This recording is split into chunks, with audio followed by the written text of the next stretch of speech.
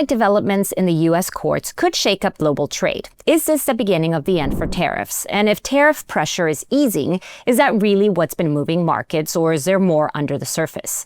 I'm Johanna Bota, and to delve into all of this and more, I'm joined by StoneX's Vice President, Global Head of Retail Dealing Desk, Alex Ridgers.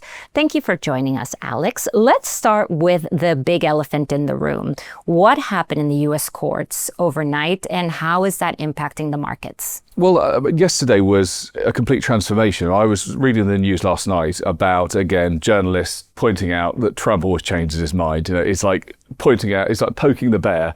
I almost think of it almost a bit like going to the sort of person who has his finger on the nuclear button, you know, going to presidents of the US and saying, well, look, you've got all these nuclear weapons, you've got a Cold War.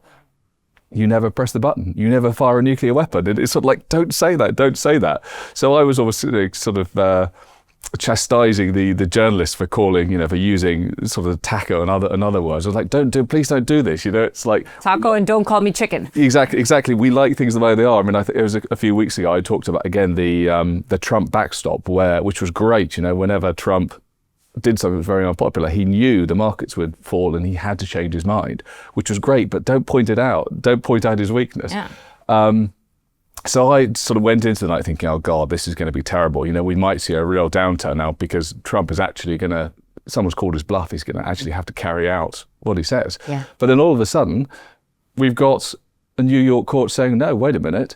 It's not, you can't do, he'll still be able to put certain tariffs on, but the general gist of Trump just being able to do whatever he thinks. And, you know, I think that idea of unlimited tariffs, which is what the world really fears, you know, the 100% retaliations against China, that's certainly been put on the back burner. And in some ways, you know, Trump's got a slightly easy out to just say, well, maybe I'll dumb these down because it's out of my hands. So then you just made a good point. Do you think that this is the end of tariffs, or is this just a temporary measure? Because we don't know, right? I mean, he does have other ways to get around it. Yes, exactly. So, I mean, I think the good news is the idea of sort of 100% ridiculous tariffs, you know, 50% on Europe, they've probably died away. But there's still a significant chunk of tariffs that can be put on. I forget what numbers are, but there's like section 230, section something else and something else. They're sort of all available, and I think they can be about 7.5% of tariffs, sort of additional to what's going on at the moment. So tariffs, they haven't gone away. They can still be increased. And obviously, I imagine Trump's going to fight. But so I'm sort of in a balance where I think the worst of the tariff headwinds are over. But the whole point, as we have sort of poked the bear, as it were, and called Trump's bluff, he's going to have to do something. So it might be we're looking at sort of a more guaranteed, steady level of tariffs, slightly raised, but the major panic and chaos, isn't it? Right, as opposed to an irrational one that just keeps moving up. Yes, exactly. And I think it was that idea that the court was saying that no one can do that. Yes, exactly. Or it's Congress to decide that, not the president. So markets did show some sign of relief after the announcement of the U.S. court ruling. So does this mean that the tariffs are now seem less likely and that's why that's happening? Or is there something bigger happening under the surface? Well, I think last time I was on here, I spoke a lot about China and the U.S. So I thought I'd go a bit more into Europe to see what's going on there. And I think, like, looking at France and Italy to start with, they dropped 30% from pre-tariff to sort of the low, which again, you know, I think the correlation between the dates, that's purely tariff related. And I think looking into that, they're very luxury focused in the major indices. We're looking at the Louis Vuittons, the big Italian fashion houses that are driving that. Yeah. So again, tariffs on those goods is a disaster because the US is such a big consumer. So France and Italy, definitely, it's pretty much tariff. But when we look at the rally in the DAX, that's a little bit different. Even though I think as the DAX has been in the news, hitting all-time highs, that's almost been the sort of the big news event. We think it must be the DAX that's been rallying the most. Yeah. The DAX rally has actually been driven by, again, defense spending. Companies like Rheinmetall and Siemens Electronics, companies like that always do well. From sort of defense. Yep. We've had really good corporate earnings out of Germany, so it shows that there is some stability there. And actually, when we look sort of, as I was saying, that France and Italy are sort of down and up 30% during it, the DAX has actually only rallied 27%.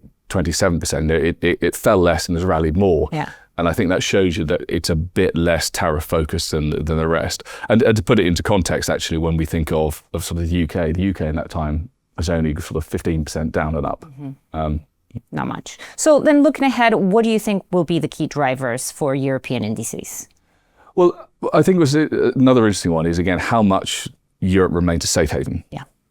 I think if you're an investor, you want to put your money in Europe, you're going to split it between bonds, other things, but you're going to want a portion in equities. And so if you want a safe haven, you've tended to go to the DAX. And so I think that's, again, another little bit there. And that will continue while the safe haven player's there. The DAX is going to be strong no matter what corporate earnings or tariffs say. I think so that's a key point. But I think we're coming round again to consumer confidence. Yeah. We're starting to say what's next. I wanted to sort of say, well, it's GDP, but actually GDP tends to be sort of lagging. We're looking at consumer confidence.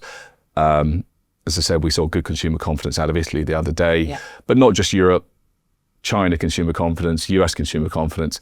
For me, that's really what's going to be driving the main European indices going forward. But what are the biggest headwinds still facing Europe, though?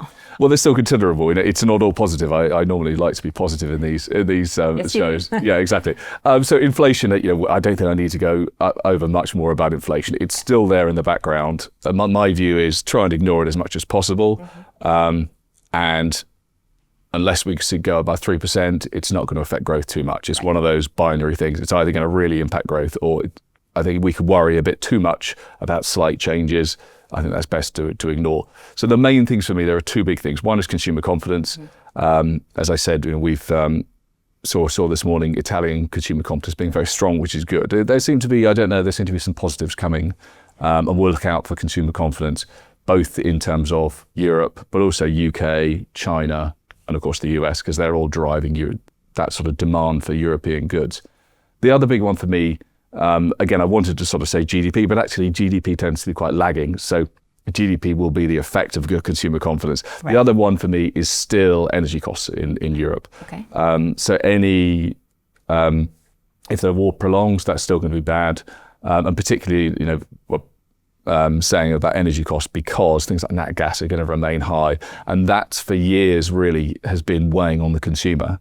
Just stopping that sort of that confidence, that demand from building, which is I think what we need to see in Europe. That growth is gone down from sort of predicted from 1.4% down to about 0.8% for next year. Yeah. So so if you know what I mean, if you're an investor, you go, well, why would I invest in? Of course. In a eurozone that's only growing by 0.8%.